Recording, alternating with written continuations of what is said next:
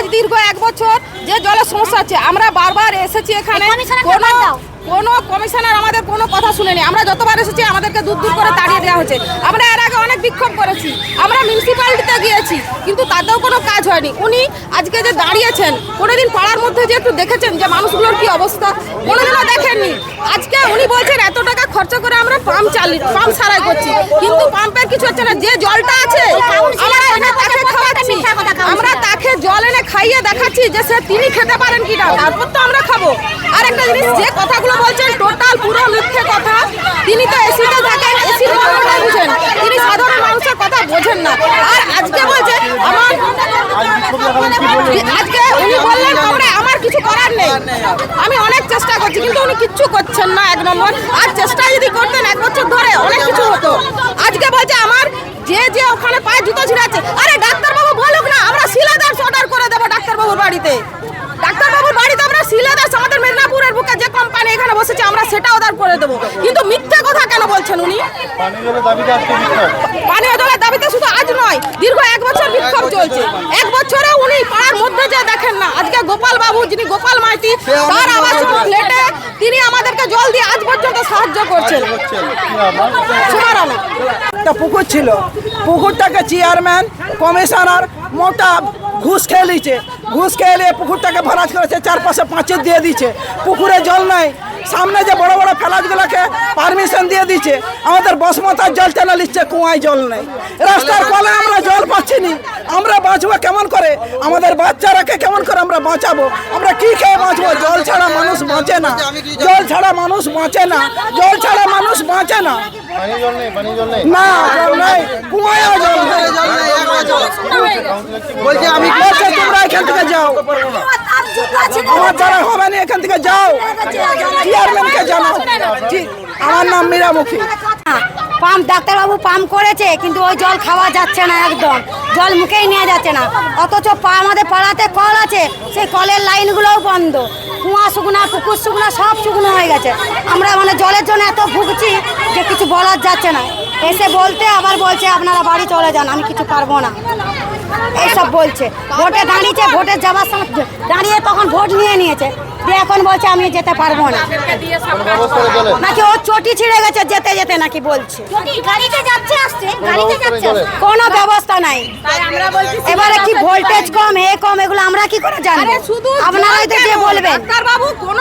দেখেন না, আমার বাড়ি পোড়া বাংলা, নিয়তিমুখী। ডাক্তারবাবু শুধু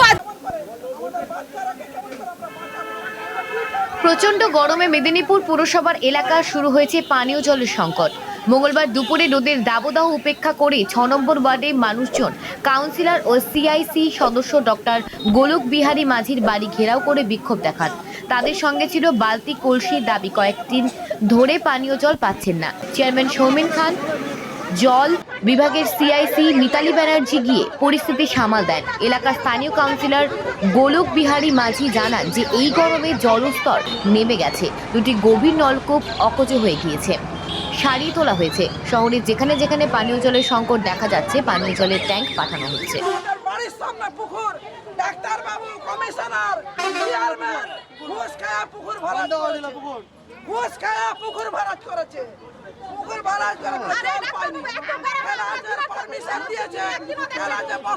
জল টেনে নিচ্ছে, কুয়ায় জল নাই, রাস্তার কালা জল নাই। আমি কিছু করতে পারবো না।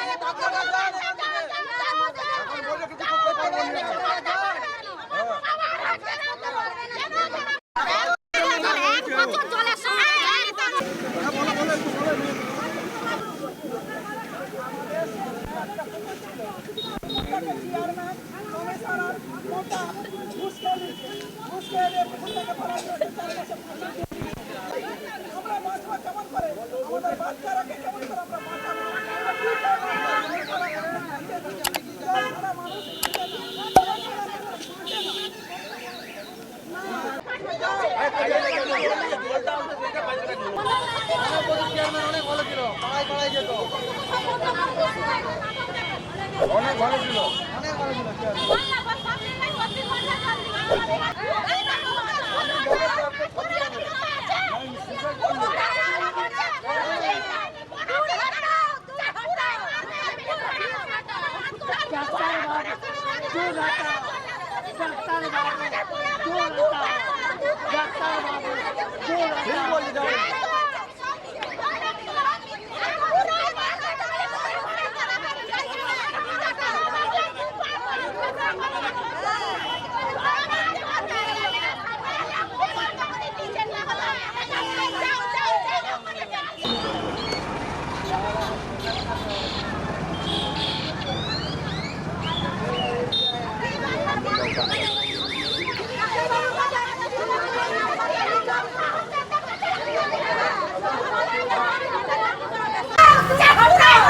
জলের নতুন দুটো ডিপ টিউবওয়েল ওই এরিয়ার জন্য বসানো হলো, একটা খারাপ হয়ে গেল।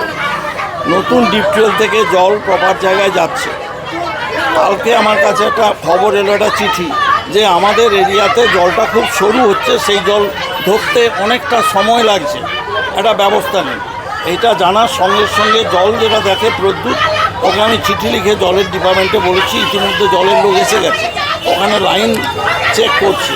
ওদের কাছে যেটুকু খবর পেলাম, লো ভোল্টেজের জন্য বোধহয় পাম্প চলেনি, এবং এও বলে গেল আমরা 1 ঘন্টা করে বেশি জল দিচ্ছি। এই ক্ষোভকারীদের অনেক রকম বক্তব্য থাকবে, জনপ্রতিনিধিকে শুনতে হবে। গরমের সময় জলের রকম অসুবিধা, গরমের সময় জলের অসুবিধা হবে বলেই ওখানে আমি গত 1 বছর ধরে ডিপ টিউবওয়েল বসানোর চেষ্টা করছি। একটা ডিপ টিউবওয়েল বসলেও সেটা খারাপ, সেখান থেকে নোংরা জলের জন্য আবার মিউনিসিপ্যালিটিতে বলে চেঁচামেচি করে আরেকটা ডিপ টিউবওয়েল বসেছি। সমস্ত রকম পরীক্ষায় বলছে ওই জলটা ভালো, এবং ওটা বসানোর আগে সয়েল টেস্ট করে তারপরে ওটা বসানো হয়েছে, যেখানে বেস্ট জল আসবে। জলের লাইন আমরা ওইখান থেকে নিয়ে প্রেস ক্লাবের গা দিয়ে গিয়ে জলটা বসেছে একদম মাঠের এই কোণের কাছে। ওটাকে আমরা পাইপটা ঘুরিয়ে নিয়ে গিয়ে প্রেস ক্লাবের কোণ দিয়ে গিয়ে আগে যেখানে জল পড়তো পল্লীবাসীর জন্য সেখানেই লাগানো হয়েছে, সেটাও মিউনিসিপ্যালিটি করে দিয়েছে। কোনো কারণে জলটা কালকেই আমার কাছে চিঠিতে বক্তব্য, আমাদের এখানে জলের লাইনটা খুব সরু আকারে জলটা পড়ছে, এবং জল ধরতে আমাদের অনেক সময় লাগছে। তার জন্য কালকেই আমরা ব্যবস্থা নিয়েছি। জলের যে কাজ করে পাইপ লাইনের ছোটন বোধহয়, ও ইতিমধ্যে ওখানে কাজ করছে।